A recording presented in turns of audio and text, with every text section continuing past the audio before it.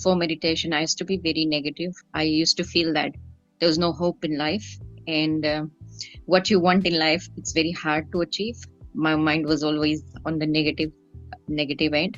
But just coming into meditation, I've noticed a lot of, and I had self-confidence issues, self-worth issues. And it's like if there's a promotion, I would never want to apply because I feel I'm not worth it. So it was those kind of issues, and so it became a sort of like a deterrent in my career in every walks of life for me. So that was how it is. But coming into meditation, just sitting without any intentions, started doing this because I seriously wanted to shift things into my life. And I said, let's try meditation. I've been trying a lot of things like pranic healing, other things, initiations I've took, art of living maybe my theme, but it all, I left it. Like I was doing it and then I stopped. Procrastination was like the mark of me. I used to be so lazy and all that. But coming into meditation, lots of things have changed. Like if something would happen, if a challenge would come to me, always my mind would go on the negative side. Oh, what is the worst that can happen? So the mind will always be there. But just coming into meditation, no matter how serious the issue is, the mind would start to think, okay, what is the good that can come out of it? What is the possibility in this? So that was like a miraculous thing for me. And I used to have a lot of body aches and pains, and I used to feel so much heavy on my back and all that. So just doing meditation, I could feel so much lighter, and my skin used to be very dark, and so I despised looking myself in the mirror because I thought I was ugly, to be honest. But just coming into meditation, I started like loving myself, like I am the best. I mean, you're not comparing yourself to anybody. And I realize now I have become my best critic in the most amazing and the fun loving way. And I'm my best buddy and my best friend, and so for example, like, I used to think that if you have company, then that's you are in demand. But if you don't have company, you go to a restaurant, you feel that, people are looking at you, why is she alone? Why is there nobody in a company? But now it's like wherever I go, I'm bindas, like how you say, just happily enjoying myself, my company. And it's just the loveliest moment of your life.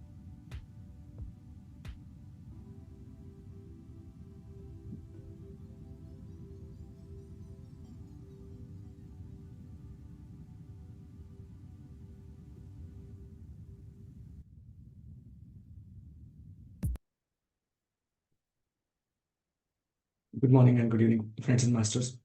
Welcome to the day 24 of the Presence program. My name is Nagendra. I'm from Bangalore. I started meditation 3 years before with Buddha CEO. Initially, I was going through a lot of stress and anxiety and overthinking, and always worried about future, what is going to happen, how I'm going to get money, a lot of worry and anxiety. Even in my office as well, I was not able to perform better due to the anxiety. And I got into the meditation, and initially it was very difficult for me to continue the meditation. A lot of thoughts, 10 minutes emptiness, 10 minutes thoughts like that. But after 3 weeks, I was able to continuously practice the meditation, and one day completely, I don't know where I was. So then I continued starting the meditation, but my anxiety was gone, and I was able to slowly see the difference what is happening within me, and anger reduced. I got a chance to attend advanced meditation retreat program in Pyramid Valley International, conducted by Buddha CEO, where a lot of wisdom, Chandra sir, Rakesh sir, many masters. I was able to understand what is energy. I had a lot of limiting beliefs. I was able to overcome the limiting beliefs like need 8 hours sleep, food must be taken early morning, a lot of other limiting beliefs I had. And due to prolonged working hour in office, I was thinking initially that my sitting position is not correct. I was working for more than 12 hours, and that is the reason I was getting a lot of back pain. But in the Pyramid Valley, while doing the meditation, I got an energy experience where through my right hand, a light passed through, and it went out of my finger. I was holding on to the meditation. Then Suddenly I started getting pain over there, the place where I had a pain. Then within 2-3 hours, the pain relaxed, and from that day I don't have back pain and I don't have right hand pain. I understood that this is because of the stress I was going through. Then after I came back from the meditation retreat, I learned many things and then started implementing in my life. My productivity improved in my office. I started doing the work spontaneously. Earlier, I used to take 2-3 days for preparing for the presentation. It became spontaneous. Um, and whatever the help, whatever the learnings I did through Buddha CEO started spreading, and started volunteering with Buddha CEO, and got many more opportunity to work in a conferences like RCML and GCML. Buddha CEO provided me a platform to transform my life completely. And always Chandra sir talk about the unique skill where I don't know what to do. I got a lot of intuition and synchronicity to work on that, and I was able to deliver the things. And doing unknown, I don't know how to do. It became easy for me, and I started getting that intuition, and sticking onto the process. I was able to do the things. Gratitude to Chandra sir and Vani madam and all the Buddha CEO master. With that, I welcome Chandra sir, and over to you, sir.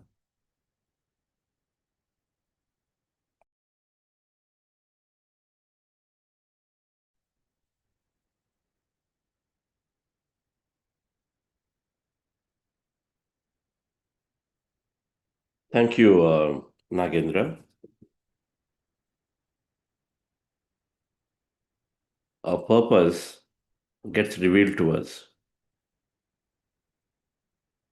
in doing many different things than what I would normally do or what we normally do when I come into meditation.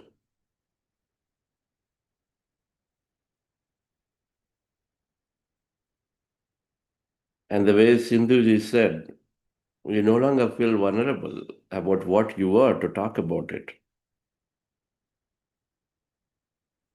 Talk about what you were before and what you are now. You don't feel vulnerable. It is a laughing thing how we're thinking about ourselves before meditation. It is okay, it's all with me. It's all within me.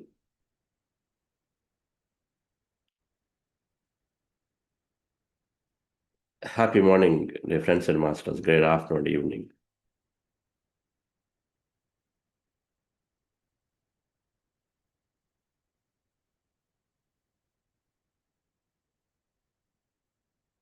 Meditation,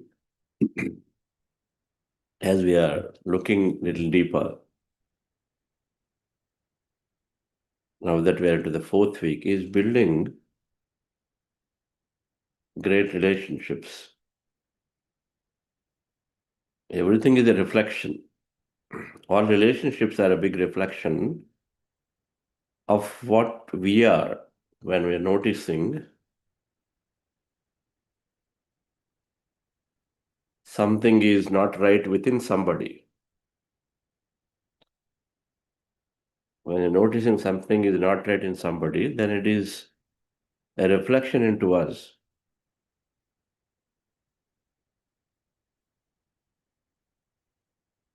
And so the reflections are known to us, are made known to us when we develop our awareness. When we become quieter and quieter,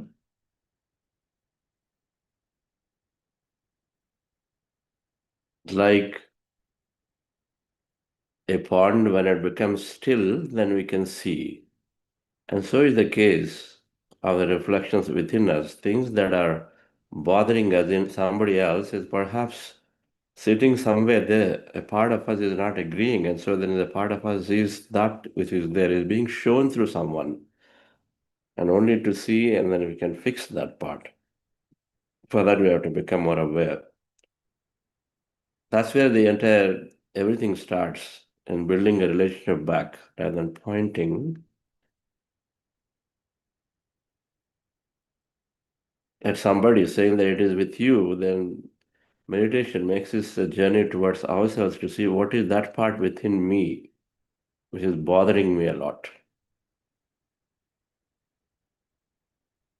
It's a beautiful journey because the journey suddenly feels like it is conquerable because now you're fixing your something in you, not in somebody else.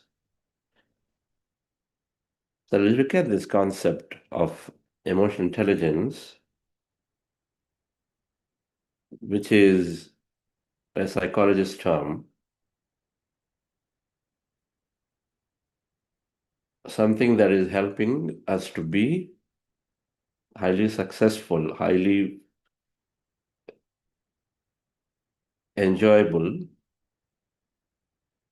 when we are dealing with everything around us, particularly with people that are around us. But otherwise, in our terminology, normally we say it's all greater relationships that we have. A part of that means, being very beautifully in good relationship with many people, with people around. So before that, let's go into meditation, friends, practicing breath meditation. That emotional intelligence cycle that yesterday Jay Madam talked about, we'll explore that in detail today after meditation. So relax yourself. We're practicing breath mindfulness meditation. Anyone join you? It's very easy to practice, is to empty the mind with your eyes closed. As you see in the picture, as you see in the picture,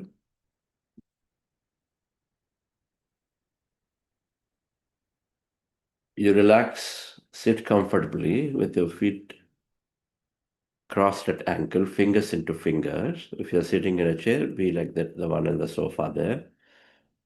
Otherwise, on the floor, cross your legs, fingers into fingers, hands in your lap, and closing your eyes. If you're wearing glasses, remove them, close your eyes. This is the posture.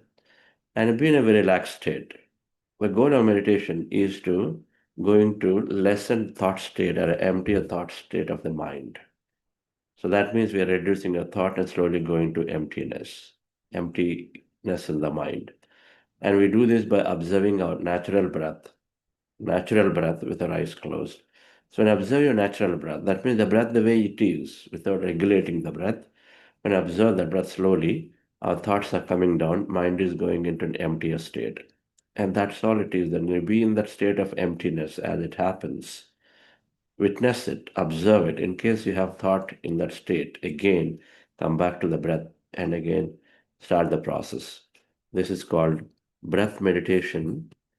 And before we go into this process, we do a short 5-minute heart elevation process. Just follow my guidance for this day, friends. Relax yourself. The heart elevation process helps us to go into deeper states of breath meditation. So we do it for a few minutes. So relax yourself, sit comfortably with your eyes closed, relax your body.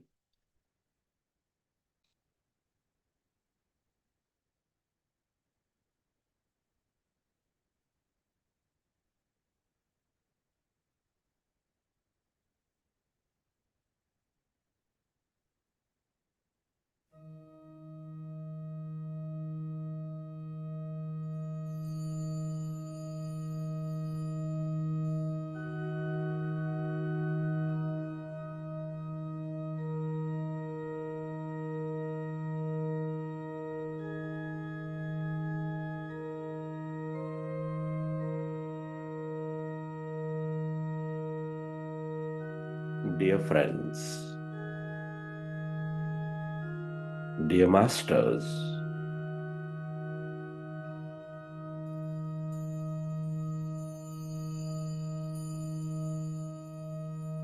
with your glasses removed, eyes closed, keep your hands on your chest area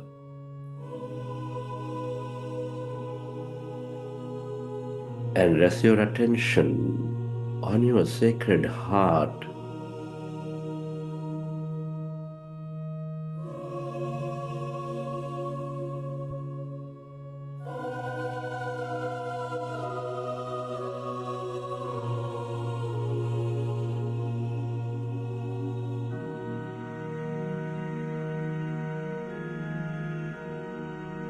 Can you feel your beautiful heart?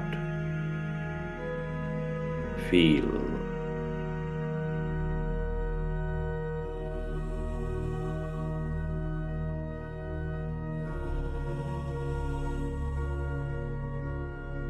Your heart center, the beat, the rhythm of your heart.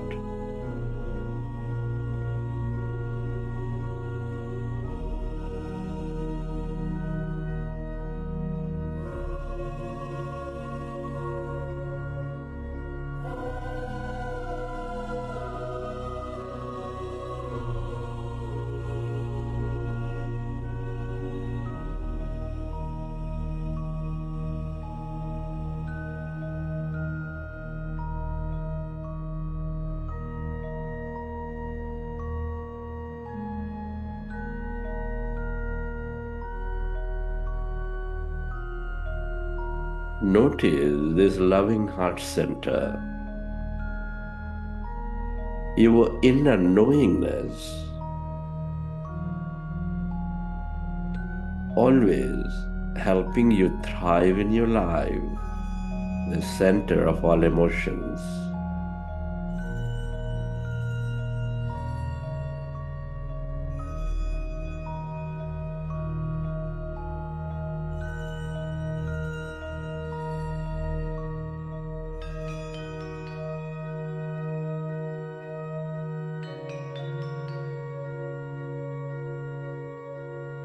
Feel your heart center, dear friends,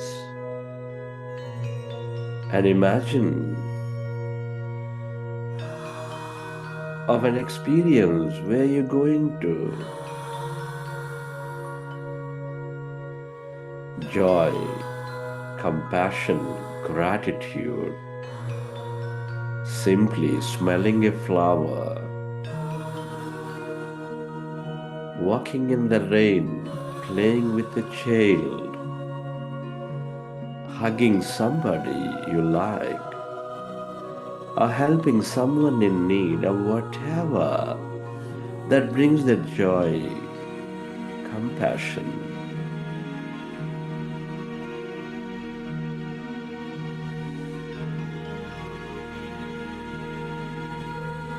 Feel it, dear friends.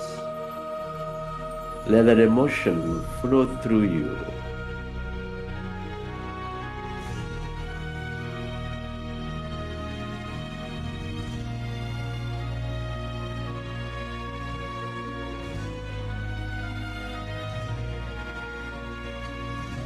Relive that experience of joy and love and feel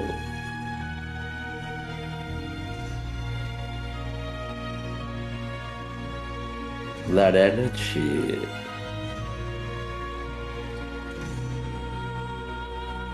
and elevate yourself. The more you are with that energy, that emotion,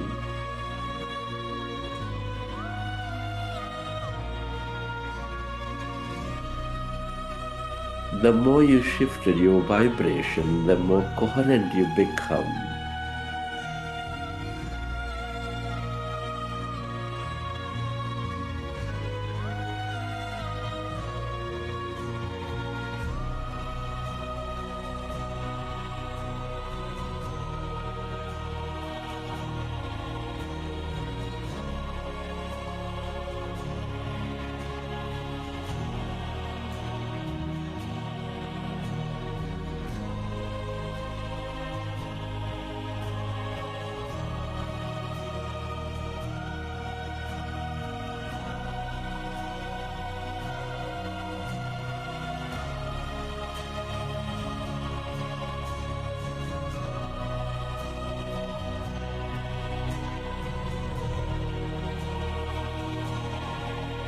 Feel, relive that moment.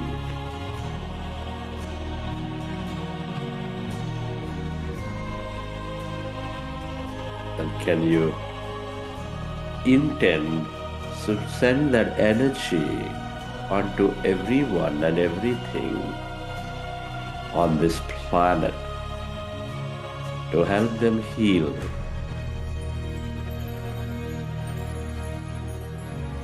Where your attention goes, there your energy flows.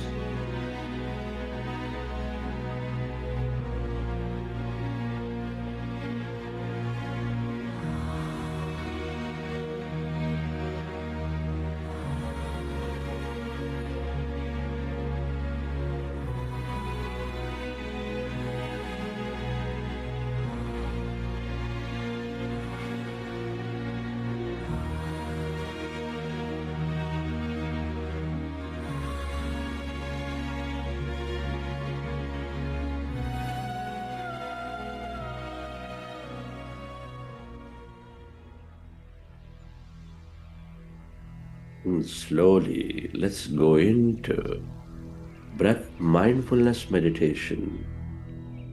With your fingers into fingers, hands comfortably rested in your lap.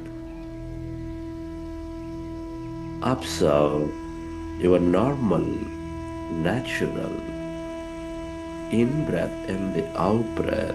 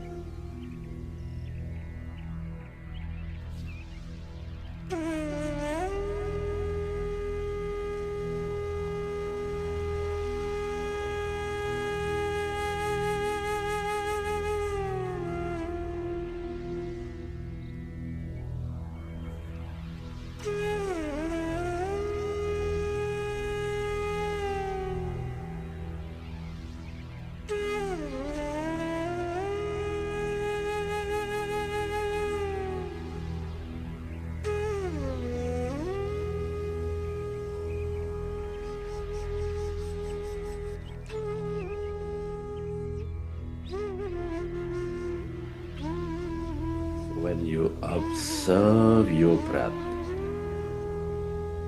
your mind becomes empty.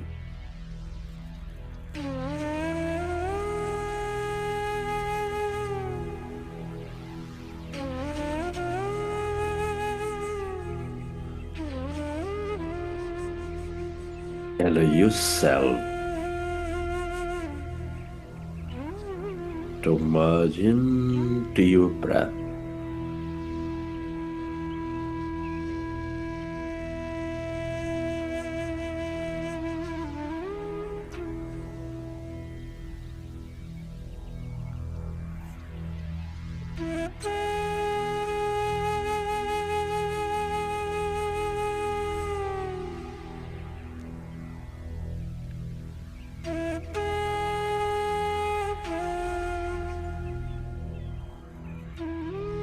And allow yourself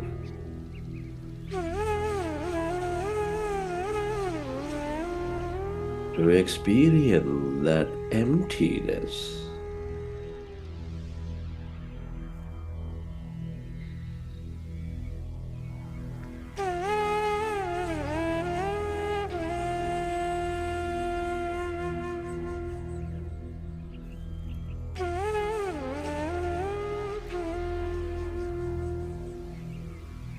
Inside of you, all around you.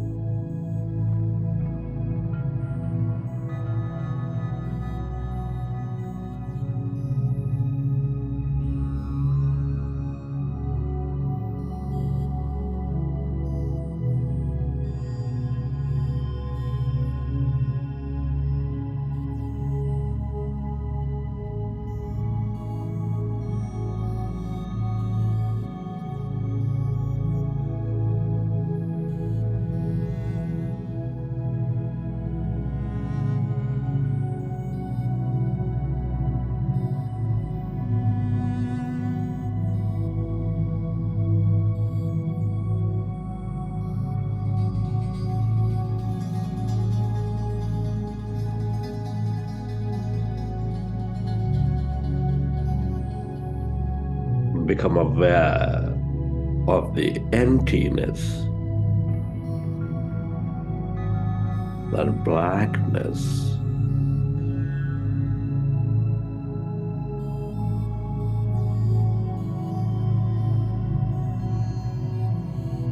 Inside of you, all around you.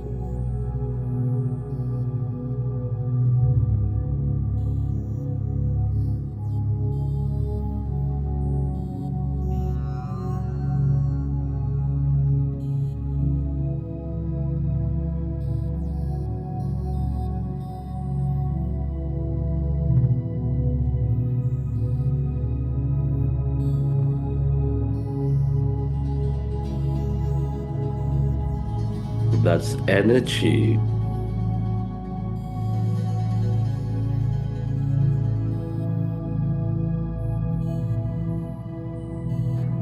The quantum field of awareness.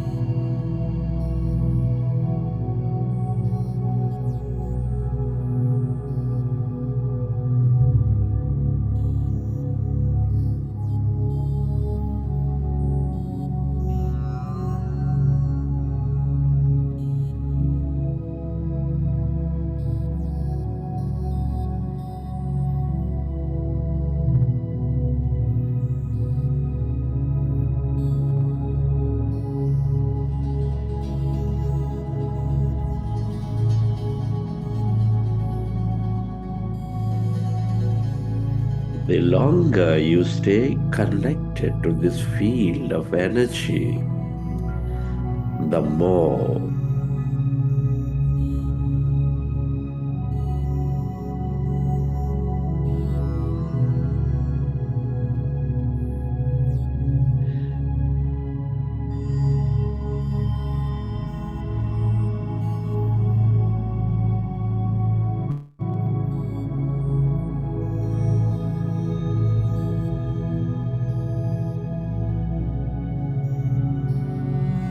You become aware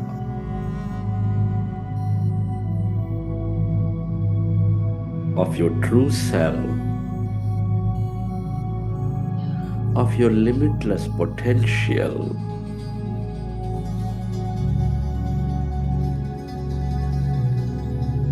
of that infinite energy.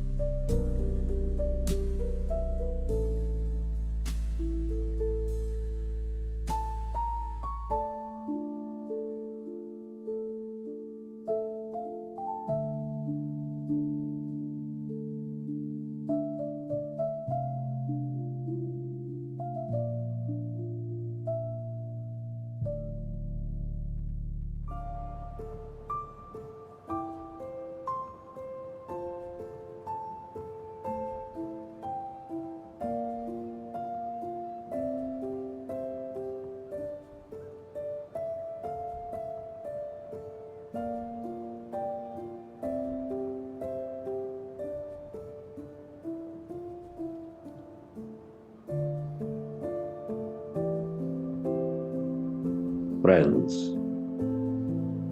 At this time, let's express gratitude. Gratitude to your parents, teachers, mentors, to your family, friends, colleagues, everybody in your life. Be grateful.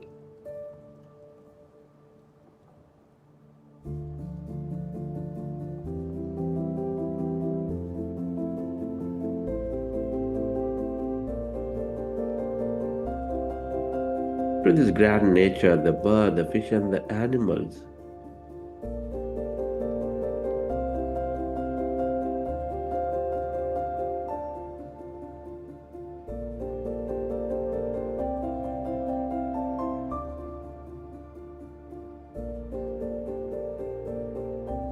The fish, the bird,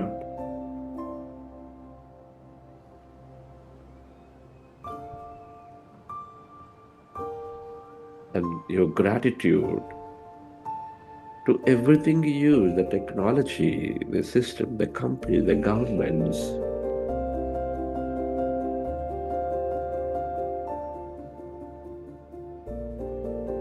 Gratitude to yourself and to this intelligent universe.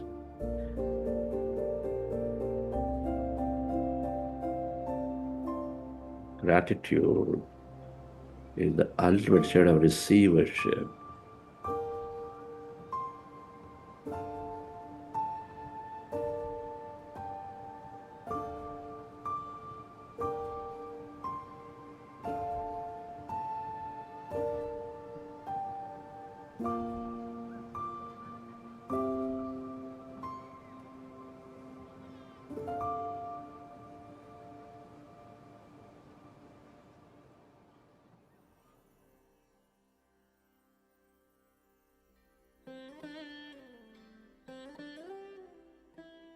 Recollect your experiences from the session. How did you feel? What have you seen? And whenever you're ready, you can keep your hands on your eyes for 5 seconds and then open your eyes.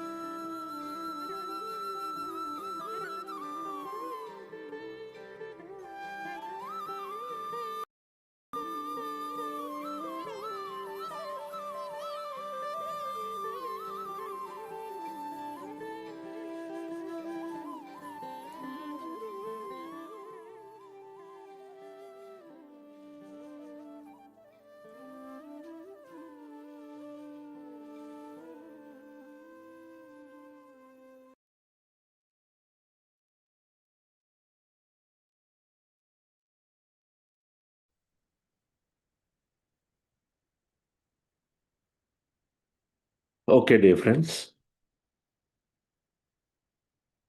Hope you enjoy the session.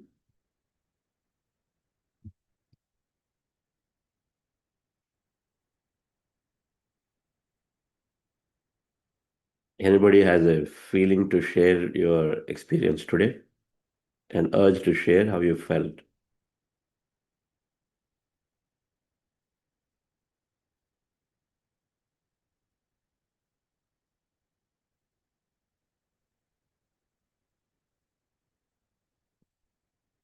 You can raise your hand.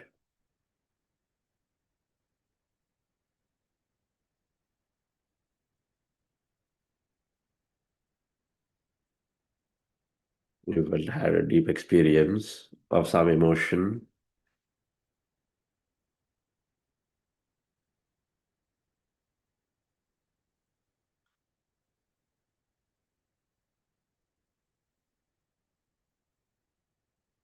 Okay, we'll come back to it again. Let me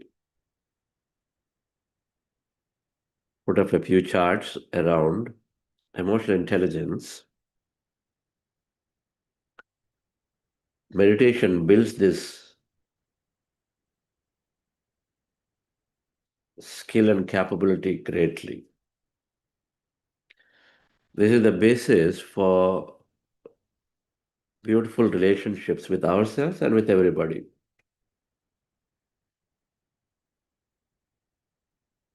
And it happens in many, many ways as we just simply practice meditation and then we enrich ourselves with newer knowledge, the knowledge that we have recommended through the initial set of books, and then many more from there.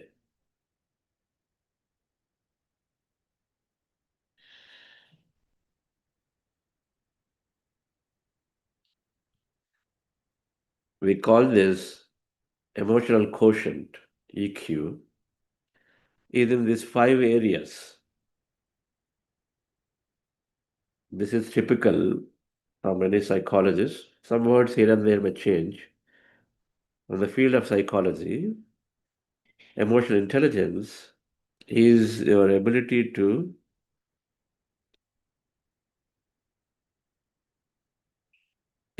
express your emotion, but ability to communicate beautifully, ability to inspire people, your ability to connect with somebody else in a way that you are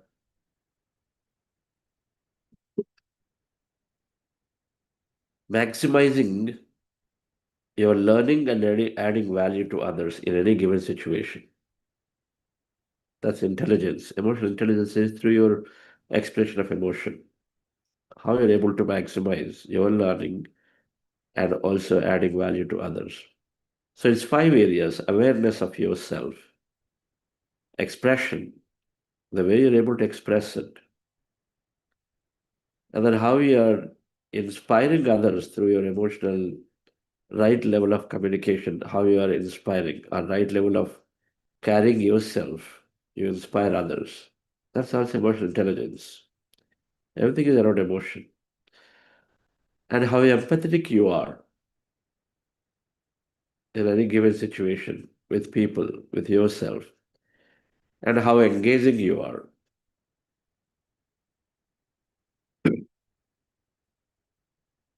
Initially, it was about you and then having a boundary of what you may do, and then now you are a lot more engaging. You are dropping the boundaries and you're going out there being with people in many ways. It could be people, it could be animals, it could be anything, doesn't matter. So let's look at each of these areas.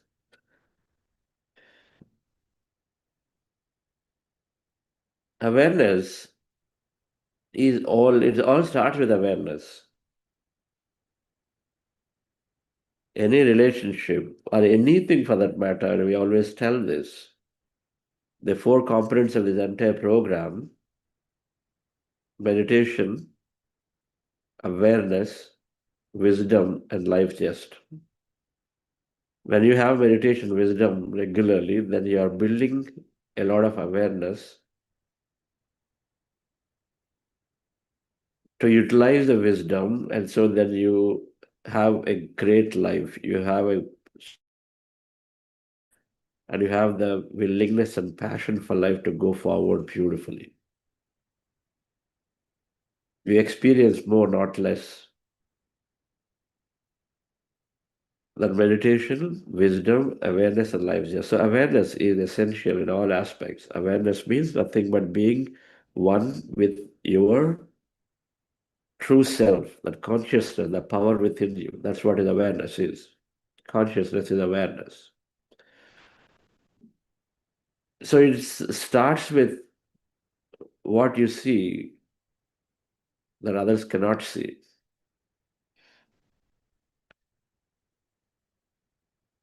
A Zen monk asks, what is awareness? How do I know? Then he gives a student asks, and the monk gives him a mirror and hold the mirror and see what do you see. He says, okay, see myself. But that's what everybody sees, is what the monk replies. But you want to see what others do not see. Everyone sees their image there, but you want to see in that mirror what others do not see.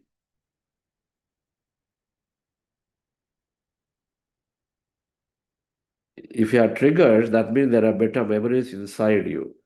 You want to see those better memories. If you have judgments about people, situation, that means you have a lot of expectations around that situation. That's why you judge them. If you have reactions suddenly in a way, that means you have so much attachments about it. You're being very fanatic about your job role, your company, your family, people, whatever.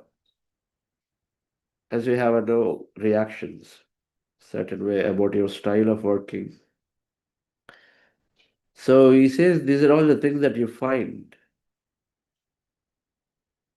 That's when you are aware of yourself. And then carry this mirror. The mirror should be allowing you to remind yourself that the true awareness is there in every moment. And every moment you touch the mirror, you know that you are looking at yourself and saying, what are my triggers and where are they coming from? What memories do I have? What expectations do I have? What attachments do I have?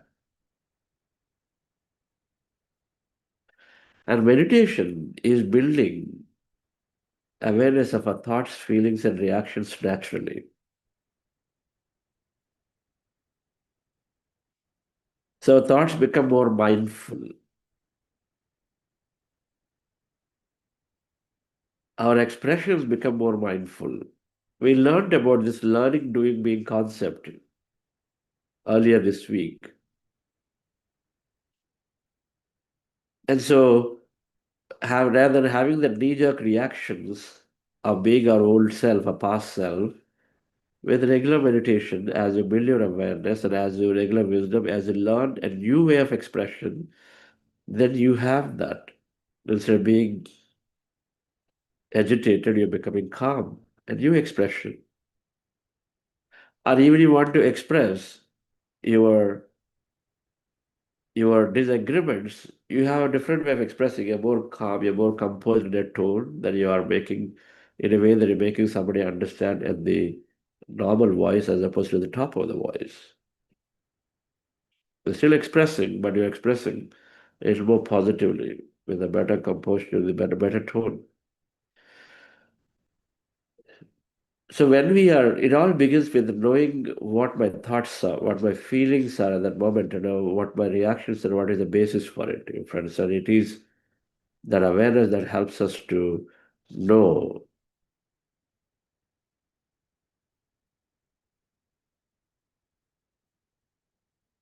the prefrontal cortex areas called the prefrontal cortex area, which is developing greatly for meditators in a given period of time.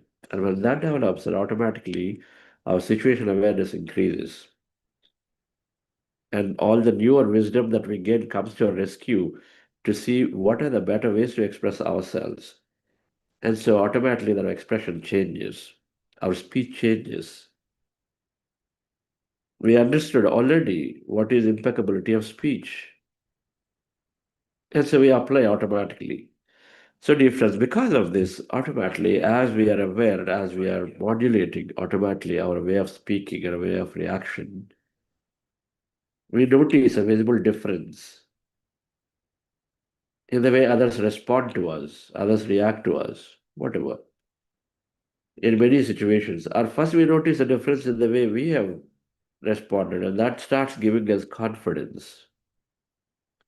And also building back self-worth for people who always criticize themselves significantly or always been marginalized and isolated because of their behaviors of the past.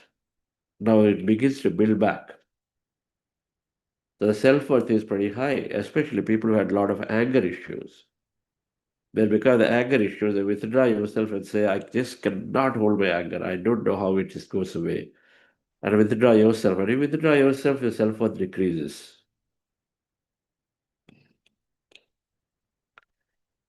A, a child or a junior colleague who is frustrated because constantly being snubbed or suppressed is, of course, is responding, reacting with a lot of anger. That doesn't help. And so then eventually recognizes that anger is not helping, so then slowly withdraws, goes away from the situations, which is the beginning of losing the self-worth. Everything is interlinked. So when you lose your self-worth, then you stop participating into anything. You show disinterest. And all of those, dear friends, with simple meditation are slowly, slowly built back. So self-awareness, which has got a natural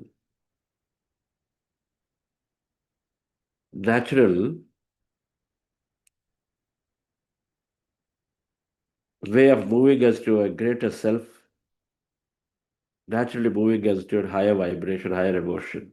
Because the moment you recognize that you have negative thinking, you suddenly have, let me just change my thought.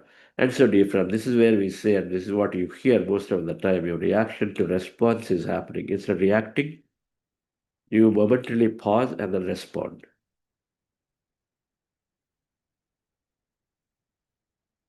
We get that opportunity to be in that moment, to think differently and act differently. And how many people here who have started this journey in the last 3 weeks, beginning to see that in the way you are handling your day-to-day situations? Please write if you see there is a difference for you. It need not be all 10 out of 10 times, but even if it is happening now, little more time than before. It was 3 out of 10 before, but now you are 6 out of 10, 8 out of 10. Please say that in your chat.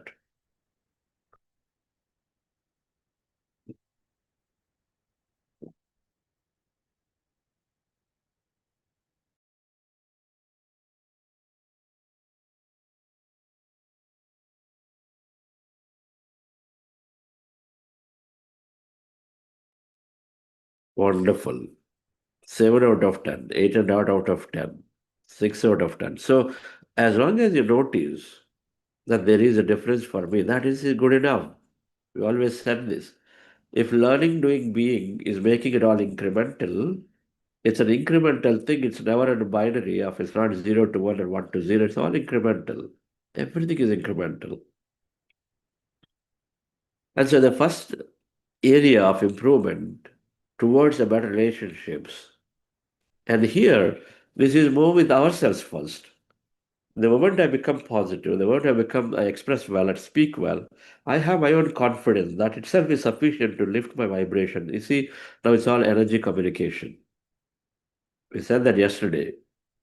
In quantum physics, everything is energy, energy to matter. So when you are changing your energy and vibration because you're more confident, more positive, then automatically you are sending that signal towards others. So that means it's a beginning of a change in your relationship, right? And so it starts here. And then the second thing, dear friends, is the self-expression. Self-expression is like this bansuri. The bansuri, the bigger flute the Sufis use mostly.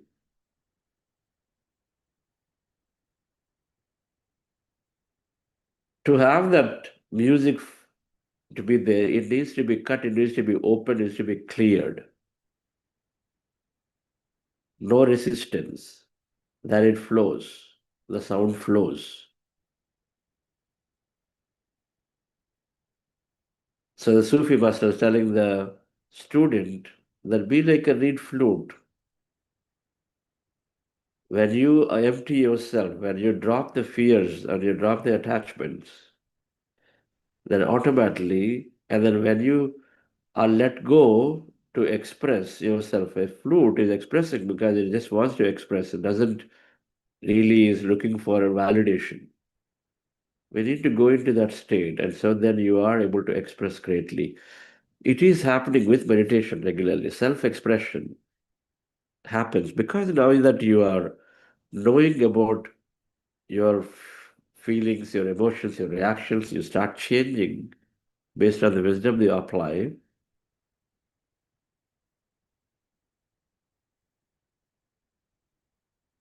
you naturally have more balanced expression. In meditation, you are, of course, emptying yourself. That means you are dropping all the judgments of the past of individuals.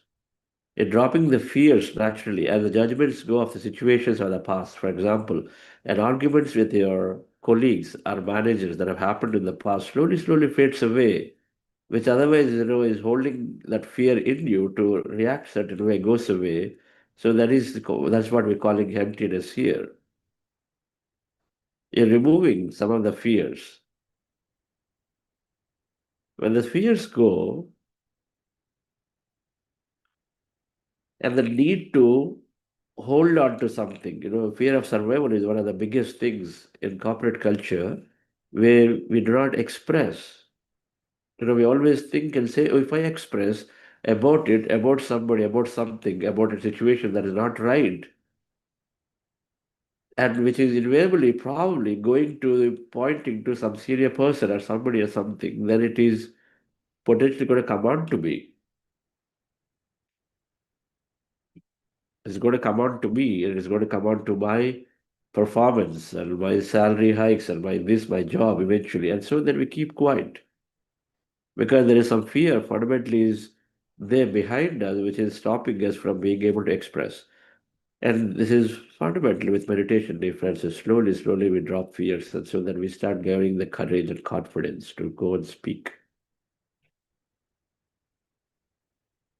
So we have the ability to go and speak. So we start expressing, but not with arrogance, expressing with confidence, express with positively. That means you still express. You don't keep quiet, but you are doing the appropriately. We said the timing in expression, there are three things: your timing, your tone, and intention. Three things are there.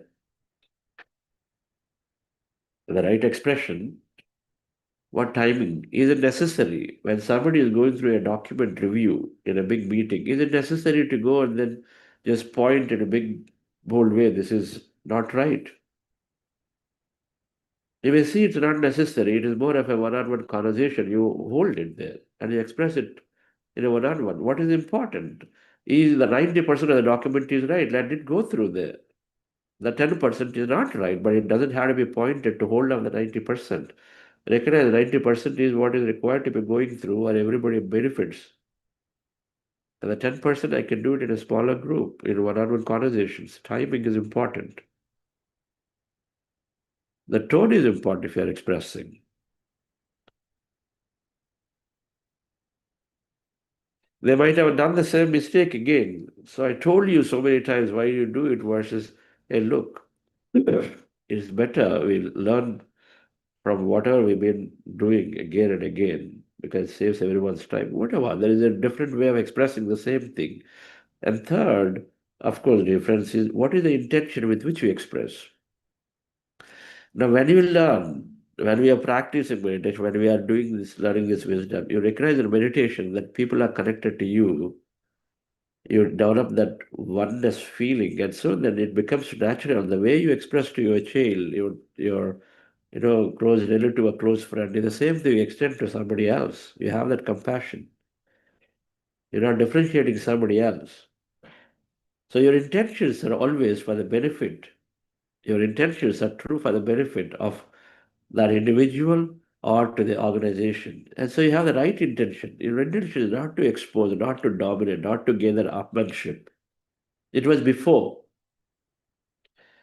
Before your intention is, okay, how do I make myself to be like, the guy who knows about situation, everything here. And so I got to express it. Just for nothing we express. We don't express that anymore.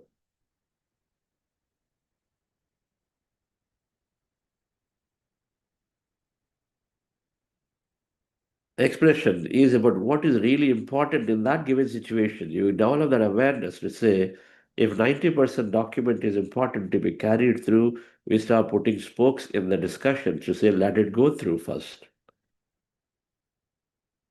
And you have the right intention when you're giving the comment. The intention is for the greater good of everyone there, not as opposed to my own good. This is a natural ability that we develop with meditation. Rather looking what is in it for me, We start looking at how can I help others. That's a fundamental shift.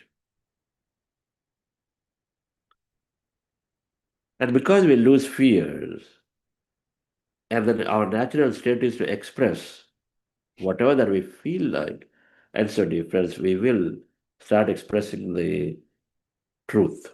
We don't hold it back. We genuinely feel it is important to be brought in, bring it up, and so we do it. In organizations, if you genuinely are there in an organization, you want to see that organization grows. And so whatever that may be, when the fear is not there, you are able to bring it up. And in all of this, we recognize that arguments are just a waste of time. We recognize arguments. We recognize that it is okay that you disagree with somebody, but trying to prove a point means that again, we're trying to prove that I am greater. My opinion is better. As we quickly realize, we step back, we stay and say, maybe there is another time to talk about it.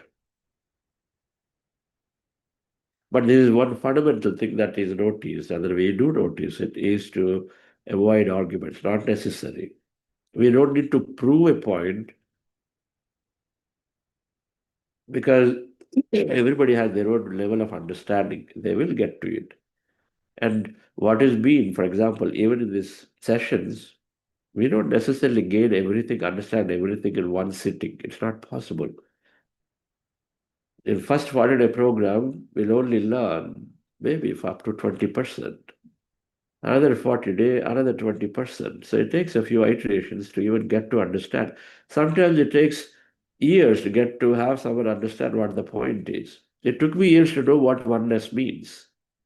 Oneness was simply a word. I never even understood what is this oneness. People say oneness.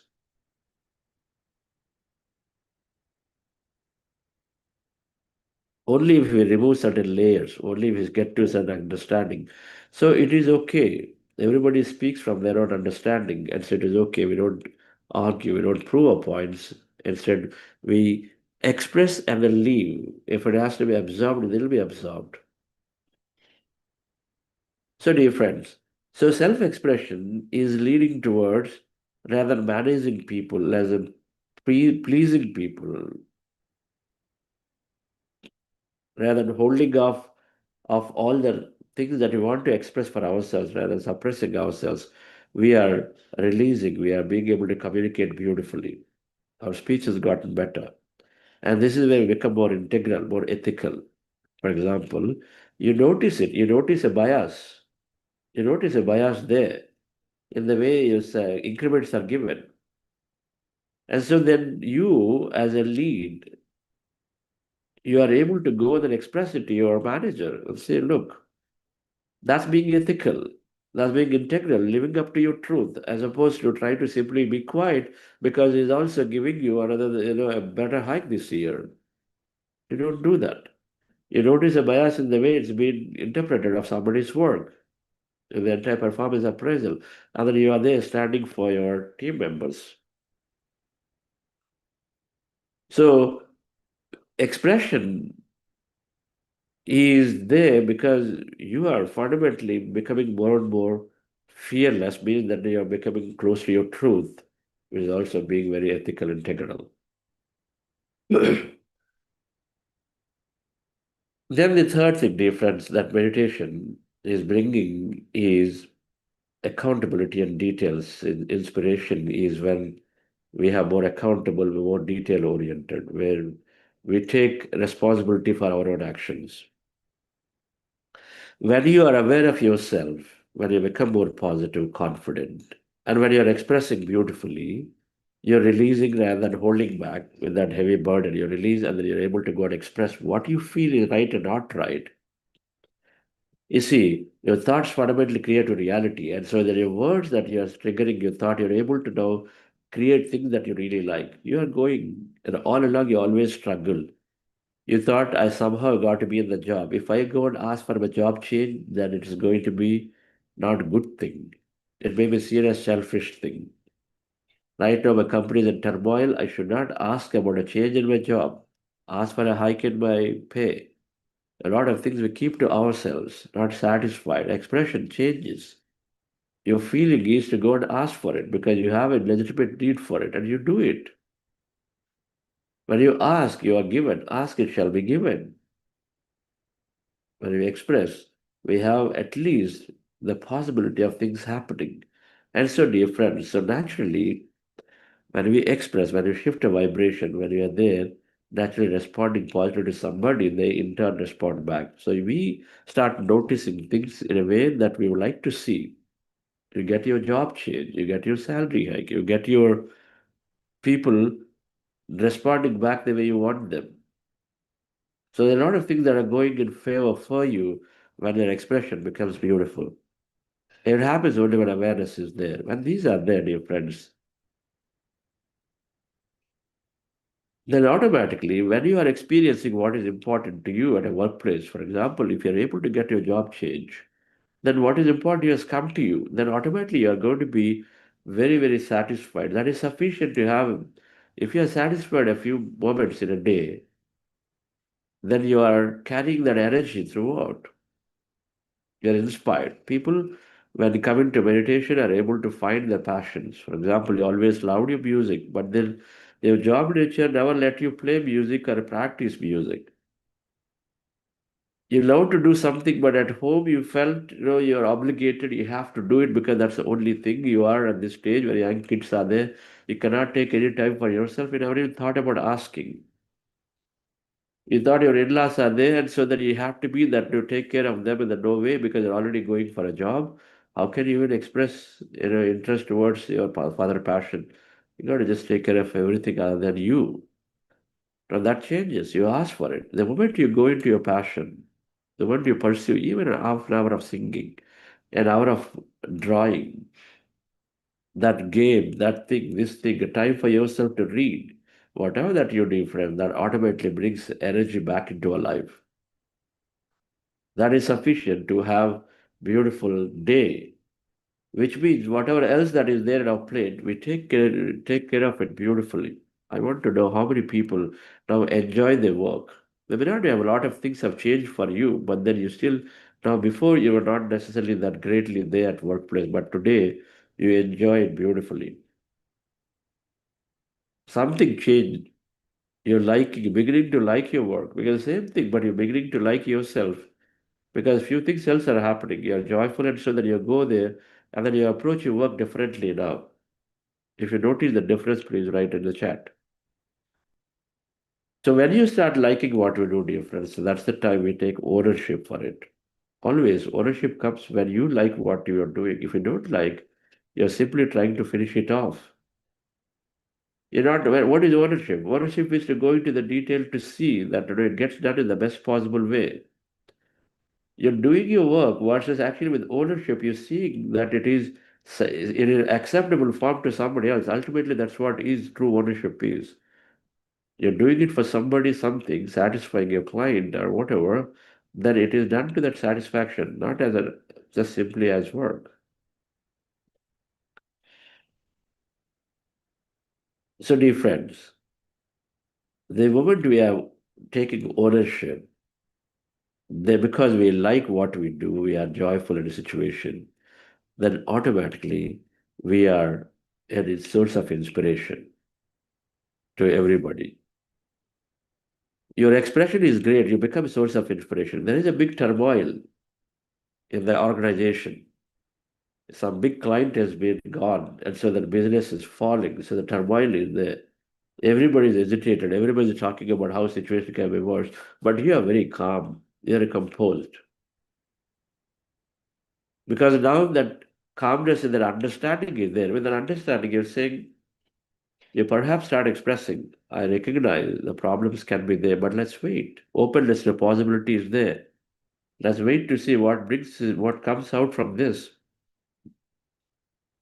Somebody made very tough comments about your work, but you are carrying forward because you saw the essence, and so you're carrying forward. So you become very, very inspiration to many. How can you be doing it even though people are, so nasty in that meeting review? Because you remain calm, self-expression. So become inspiration. There's a lot of pressure, deadlines are there, but you're calmly doing it. You are composed in your meeting time and saying, okay, I see I'm falling short, but let me see if I can catch up. That's what you're saying very calmly. So become inspiration. So a meditator fundamentally is exhibiting that accountability, the calmness, the composure. So automatically, dear friends, we are inspiration to colleagues in the way we carry ourselves. This is emotional intelligence. When you're inspiring others, that means that people are there looking up to you for your guidance. That's naturally what it is. The guidance need not be that you tell them. The guidance is simply by looking at you, they follow, they take up things from you. They say, admire that person, they inspire. You inspire them through the way you carry yourself. It requires a lot of ownership, accountability. And all of these are intricately linked to each other. It all starts with awareness to expression. And when you start aligning yourself to things that you really like, and so that you're joyful and happy, and because of them, that you carry forward. Even at cooking, that household work no longer becomes household chores. It becomes something that you look to do because you're fundamentally enabling many people at home. You see it as a great opportunity to be in the best of what you do. That's what is called consciousness. Meditation moves us close to the consciousness, means you express the best. You give your best in a given situation. What does consciousness do? Always giving its best in the best possible way. It doesn't matter. It's everything is the same. So, dear friends, inspiration means then this is where initially you are looking for something very interesting to do. And then when you claim that in meditation with through your awareness and expression, when you claim what you like to do, you're aligned to some passionate interests of music, art, dance, and the right work that you're looking to have. You're automatically and then slowly as engaged very much in your rest of the day. That means you love what you do. So from doing what you love, slowly go into loving what you do. That cooking is not a problem. That taking care of the home is not a problem. That monotonous reporting that you thought is monotonous is not a problem. Writing documents you hated is not a problem. Now you recognize and say, okay, so you have something else to fall back on. So you naturally develop interest into this. This is a very important transition that every meditator will go through. To love whatever that comes into us, now your approach is different. If something is coming to me, then there must be a reason to hear that I must learn from it and you should notice it. It's a different. The next thing is empathy.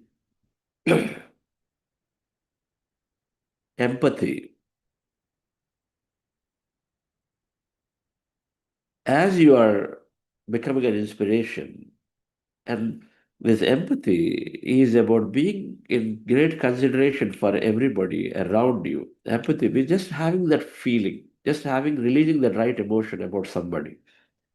Recognizing and understanding that if somebody makes mistakes, it is okay because I've been there too before. And a junior engineer is constantly doing things that you don't want to see, but then you recognize and say, yes, it takes a few iterations before they learn fully, before they can be. And so then you have that understanding about them.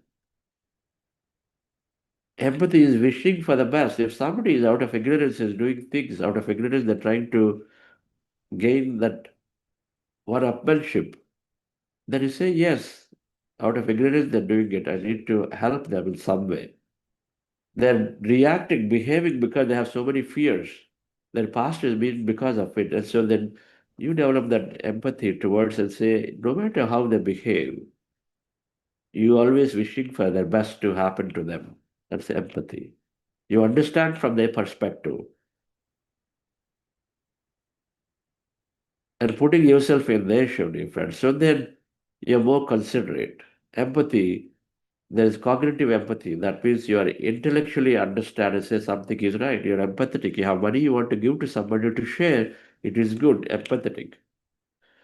Social empathy is there where our neurons, socially we understand, we feel emotionally connected to somebody else socially.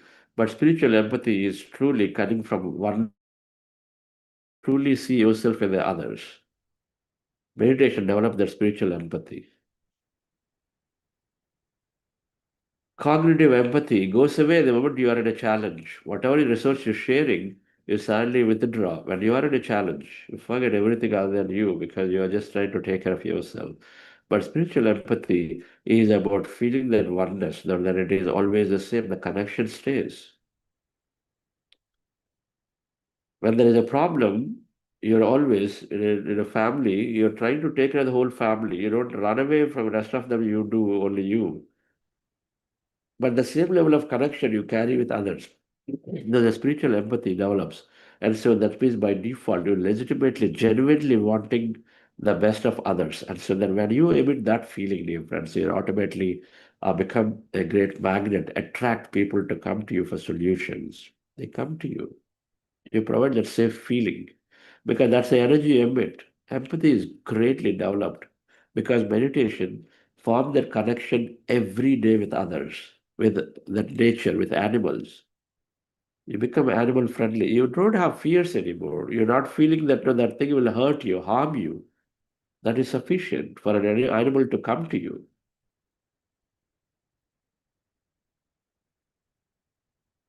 So empathy means that we do not have judgments about others. We recognize them the way they are. We recognize it. Yes, fine. So we don't carry judgments. That means we know that the next moment they can change again. We give them that extra rope. We are more patient about it. Now these qualities are naturally developed, which means we must have enough courage to stand for it. If the deliveries are getting delayed, but you only see whether somebody has the attitude to learn, attitude to do their best, give their best. When that is there, then you are, of course, working greatly with them and then being standing up to the truth the way it is. So, empathy is emotionally intelligent leader has great empathy for others, means that in true consideration of others before making decisions and allowing failures to happen. This is fundamental for someone to thrive, to innovate. Innovation happens where empathy is there with the leader. When you allow failures to happen, then clearly there's a lot of innovation happening. People are able to then take risks, they're able to deliver more. Because if you don't allow failures to happen, then people will come and say, you ask for a great project coming in, they say, no, it's not possible. I cannot do it. I cannot do it because they're scared always. That you point out. It all comes from the past, but the fear has to go first. And so the expression has to get better. Awareness is there. And so then we start difference, becoming better and better. Empathetically, we are becoming more empathetic. So a leader develops empathy, or when you develop empathy, you become a leader naturally. You gain trust and confidence of people. You become a magnet. People come to you for solutions. And the last, so different. So empathy is always about what is it for me versus what is it for others. The fundamental meditator shifts into this model. If you're not becoming this, we have practice to do. We have more learning to go. Everything it ties up to your wisdom and your meditation. When situations happen, yes, in others we are there. When everybody is considered, I'm also there. It's not just about me. When situations are not good, then you're thinking about your entire group as opposed to simply you and your job. Because their challenges are your challenges, their success are your successes. That's empathy. And so different. Then the last thing is the fifth area of this emotional intelligence is engagement. When you become a natural leader, when you're becoming empathetic, when you're inspiring others, so people are there with you, so there is many things that you can take initiatives. You no longer are just doing things for sake of you growing in your organization. Instead, you take initiatives. If certain things are not right, you are taking up to that organization, whether HR, whether this, whether that, you take up a cause, you work for it, you feel that environment, it is something has to be done, you do it. That's, you are rallying that energy towards initiatives that are benefiting for everybody. Because you're empathetic, and actually you're going to take something that's benefit everyone. So you're engaging more with people, different. So then naturally you're becoming a leader. Emotional intelligence is helping one to grow in a corporate ladder, one to grow in life. We can park ourselves through our intelligence because that's only one time test. But emotional intelligence is every moment, every day.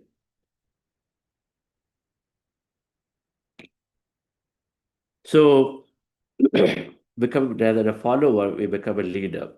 When you do a lot more engagement. So earlier, before meditation, I was quiet for myself. I would simply go into office and not do finish my work and come back. But now you go there, you actively share. You share your transformation. You say, guys, let's come sit down for meditation. Can we just be quieter? Can we do a little bit of gratitude moment? Can we go in together and then do some natural, let's go for trekking trips. You organize trips, you know that that is a great way of connecting with people. You do that. So there is a transitioning happening for us where we are becoming more of a butterfly, and then is there, it's inspiring, that is leading. So we become a leader naturally as you initiate, as you engage more with people. How many people have changed their personality to be more of engaging in nature as opposed to what you call an introvert, neither express not take things instead because we are fearful, we are shy, we are this, we are that. Please mention in the chat. So, dear friends, so meditation fundamentally increases emotional intelligence in all these areas. Naturally, meditation wisdom that we are recommending in this program, just to read those books, just important, just that book, break the habit of being yourself, to reprogram the subconscious, to avoid that emotional reaction that we have in the past, just to change that. We must read the book, Conversation with God, increase our understanding. How can I be in consideration to others? Go and read that book. It'll give you a big picture of why you are and why somebody else is there in this lifetime. What is it for? What are the relationship for? If you are a manager of 50 people, doesn't mean that you can control 50 people. You are there to enable 50 people to live great life for themselves. They are there, they come there with their aspiration. It is okay if somebody comes with money goal. It is okay if somebody comes to share their knowledge. It's okay if somebody they're simply wanting to be present in the energy of it. Whatever may be their need, they're there with a specific need to be met, and so that they can have a greater life. And so then you're a manager of 50 people, then you're recognizing fundamentally what are the needs of people, and then how do I meet their needs? And so if you meet their needs, automatically great work happens.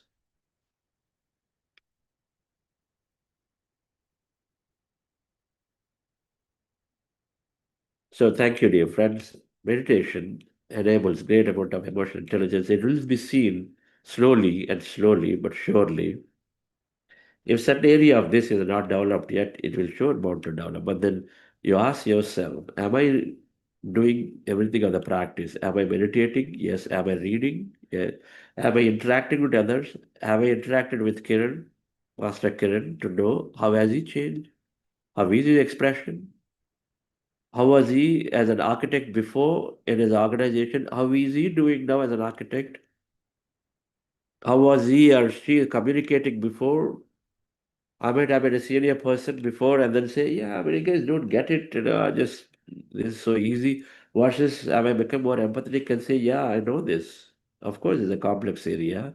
Of course, it took me 5 years to get there. And so then, am I changing my tone and expression the way I do it? Have you interacted sufficiently with other meditators to know how they are solving? When you interact with them, interact with Nagendra.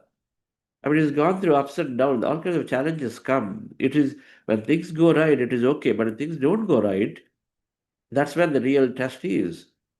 How am I handling the situation? That is only be told And then we get to gain that confidence and understanding when we interact with others. If we're not developing sufficient emotional intelligence because we're not or done our practice sufficiently right, that means we're not speaking enough to other meditators, not carefully listening to what they're sharing. When you meet somebody who is legitimately has changed, and meditators have no problem in sharing what they were before and what they are now. And so that you're able to then gain confidence from it, inspiration from it, and say, if that they can do it, I can do it too. It's possible. It's not just theory.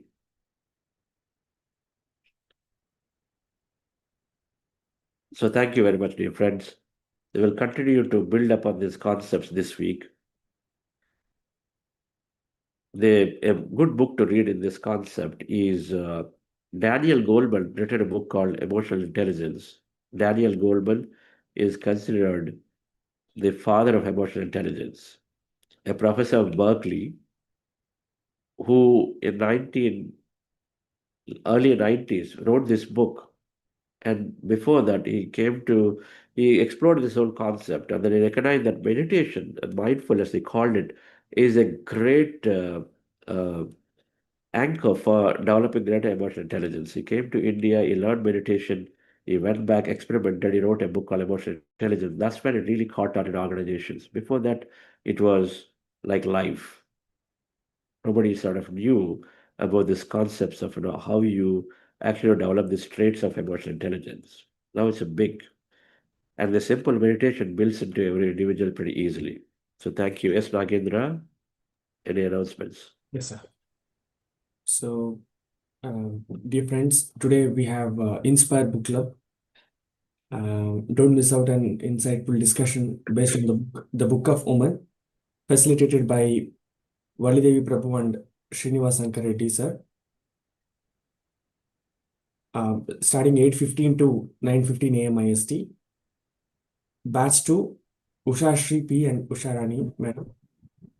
8 p.m. to 9 p.m. IST. Please to join. Thank you, sir. Okay. Thank you all. I think we're at the time. I'm in Dubai, so I sort of mixed up. I'm thinking it's at 8 o'clock now, right, India? Yes, sir. Yes, okay. So we're at the time, so we'll have any questions, we can discuss that tomorrow. If there is a hand raised, then we'll take that. But otherwise, we'll see you all tomorrow. Thank you all.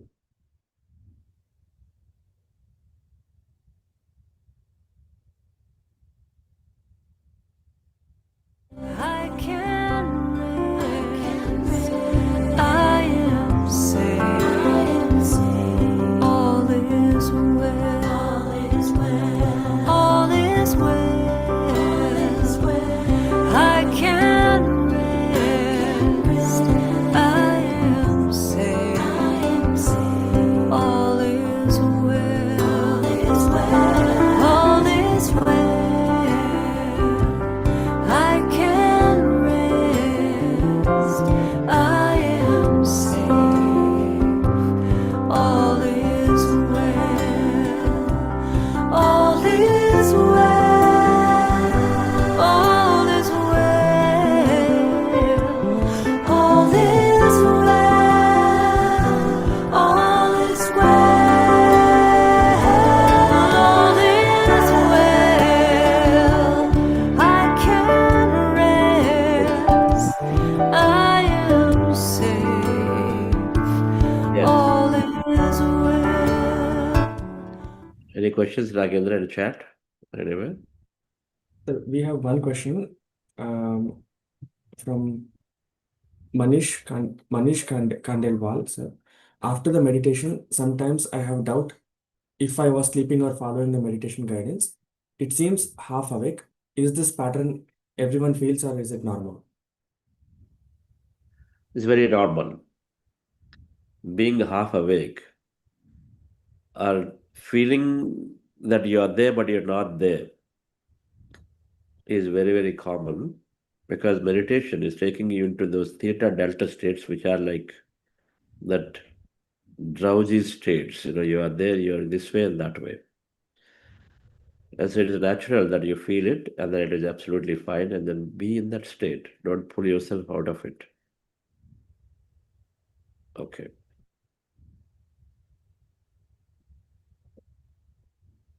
We have one more question from Ajit Kulkarni, sir. Want to share my observation. Observed a different, very healthy, satisfying facial glow who are doing long-term breath mindful meditation, and everyone is like aging gracefully. The question is there documented or observed reversal of change of psychological graying of hairs in long-term meditators? So the question is what? Question is, I know that facial glow will happen, and aging also will be there, anti-aging. But is there any psychological hairs actually? Long-term meditator is the hair will grow automatically or something. That's what I understand. So read this book by the book called Telomerase Effect, and it is written by the Nobel Prize winner Elizabeth Blackburn, I think, and she did research on telomerase and how they are helping anti-aging, and so then she's written a big book, 400-page book. So please read that; you'll have answers to everything. Okay. And that book is about anti-aging and then how the telomeres are staying increasing, and so then it naturally helps in longevity. So I'm sure this enough cases are documented there in that book. Okay, it's called the telomerase effect. Yeah, I think it is psychological reversal of graying of hairs. You're asking me, you're saying something Yes, to sir. me? Yes, sir. Yes, sir. The question, Ajit sir again posted psychological reversal of graying of hairs. Yes. It is physiological. Reversal of graying of hair. I don't know specifically it is there, but then please read that book. It might give you enough examples, so it's possible that it is there. That's what I'm trying to say. Okay. Yeah. So we have one hand raised from Shajia.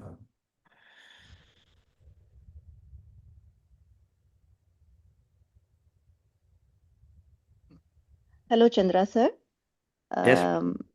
Thank you for taking my question. First of all, I would like to share my experience that during the meditation, I had this really intense, almost astral kind of experience. It felt like I was moving from the dark hole at the speed of light into another dimension. Suddenly, I was in my mom's house, even though she passed away a few months ago, and she was walking towards me with a birthday cake, candles already lit. My brother was with her too, and just as I was taking it all in, I felt like something suddenly pulled me back. So, is this an astral experience or something else? What do you think? What do you Um, feel? What it feels like to you now that you understood all of this? it just felt like I went into some other dimension. With the speed of light, I went somewhere, and then I just somebody pulled me back. That's what I felt that. But I was happy to see her. Yeah, that's what it is. You don't imagine project dimensions; they happen. So that means you from this you look to see if it reveals to you something. Is there a fear of celebrating you? Whatever that it is trying to give you, and when it is coming to you, is there a fear that is holding you back to be there, right? At a Mm. gross level from this current life perspective. And second element is the fear of just exploring the unknown, invisible, just to be there out there. You said your grandmother, right? Somebody you saw. No, my mother. Your mother, you saw your mother. And so if just exploring another dimension, because there we are, other dimension is included, everything is there. Just being there, exploring. So whatever this experience, now first of all, recognize that this is your experience in meditation, not something you projected, because that's your feeling, right? Which is just by very saying you're going at a high speed light, which is very typical in a meditation experience for people. They go through a high-speed tunnel. Is it more like a tunnel experience, or just Yes, you're traveling? yes, tunnel, Tunnel. Tunnel yeah. is always symbolizing that you're going from one to the other. It's like, going through this black hole of water, you're traveling. Go from one place to another, you have to you do a journey. That's what it symbolizes, a high-speed journey, because a dimension can happen instantaneously. That's what it symbolizes. So people Okay, do go through a commonly experience of tunnel experience. Okay. okay, Anytime there is a fast movement, that is a symbol, that you're shifting from one dimension to another. okay. Sir, one question more. Um, um, how to get out of the guilt? My Okay. mom passed away when 1.5 year ago. I was diagnosed with the breast cancer. Okay, and she was with me all the time on the phone. She was giving me calls and things like this. When I was almost finished my chemo, she passed away, and everyone blamed me that because of you, she passed away. I couldn't go to her. I couldn't see her. How? And even I am also blaming myself that when I read the book of Louis Hay, that these things, the breast cancer and things like this, the psychosomatic things and like that. So I'm blaming myself that because of me, my mom passed away. How to get out of this?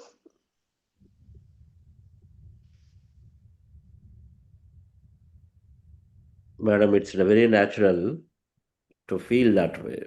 But this is where we elevate our understanding to what life is. We never cause any harm to others except when we are physically harming somebody. Everything else is somebody else takes on themselves. This understanding fundamentally has to come. So Louis, a book is good to heal yourself, is not to utilize to see in the lens of what others are going through because of you. If others are going through something, it's because of themselves, not because of you. A child is born to a mother and then is got his problem. It's not because of the mother. You have to fundamentally understand children choose an environment and come. It's a poor connection that is made by the current society and medical system to say, oh, it has happened because you didn't do this right, you didn't do that right. When there's no explanation, they say, okay, something happens randomly. It happens because every individual as a consciousness come into this life with their own chosen plan and purpose. And so when something happens to them, first of all, it could have been because of jillion reasons, not just because of this. It could have been for many, many reasons.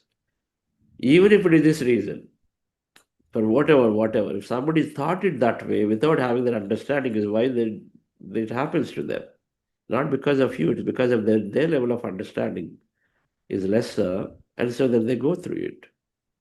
So every challenge is planted by ourselves for our own self and growth. But we need to increase our understanding about this. Nobody ever causes anything to anyone except violence, killing, and interference. Were you interfering, you actively, into your mom's life? If we are interfering, then there is some level of challenge that we are creating somebody. Interfering means in authority with authority, with this or that, we are forcing them to follow certain things. We're forcing them to not do certain things. And if you're interfering, which they may not like. Somebody who has a lot of money is interfering in the parent's life by pushing them to take medicines and hospitalization because whatever the mad love is there, then they go after pushing them. They interfere in their lives. When the parent resists, they don't want to go to hospital. They want the love of the people. But then here we simply out of convenience put them in a hospital to see that it gets done. Poor thinking. That's interference. We have to take into consideration of what others look for and want, and then we do it in consent. And so if you've not done this interference, then you've never done anything wrong here about anybody. That's one side of the story. The second side is, even if I interfered, so I'm just giving the understanding you, and then you apply it to yourself. Even if we interfered, yes, I was imperfect, and so I've done this before. Doesn't mean that my future is got to be this way.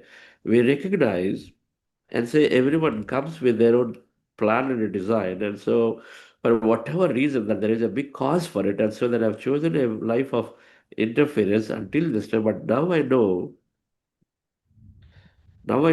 I've released my past and move into the future, and my meditation will help. So the answer to your question is two.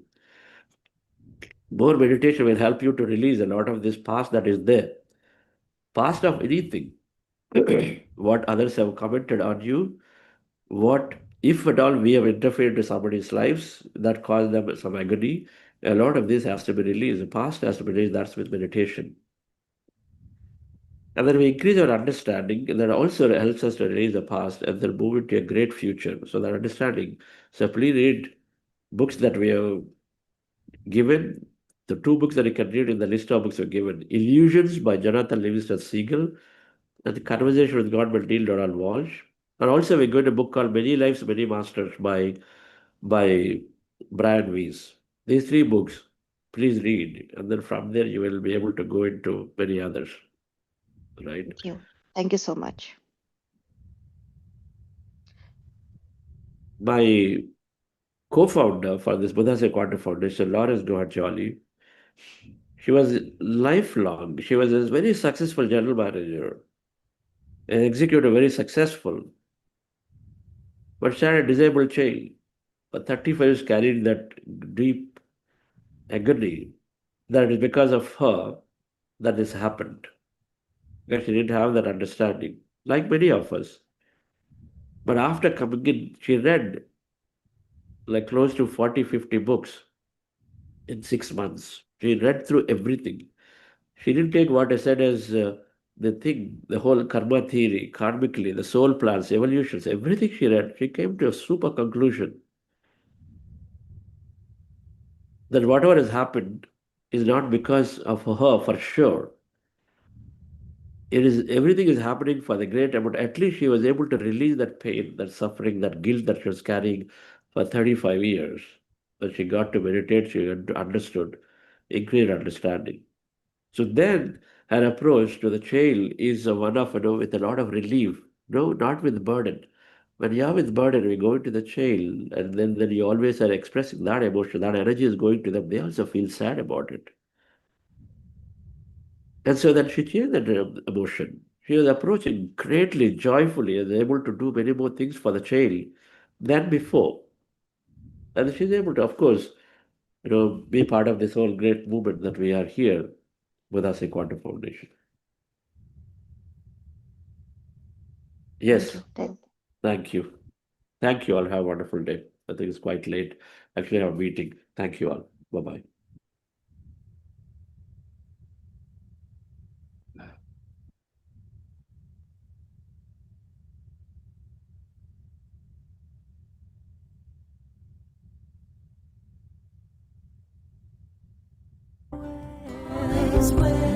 I can rest.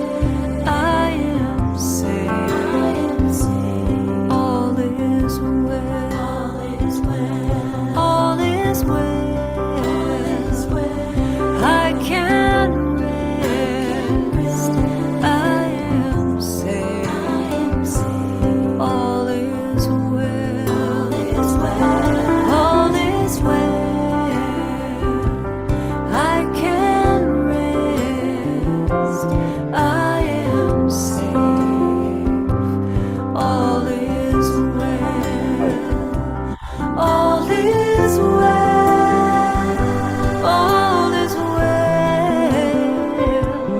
All is well.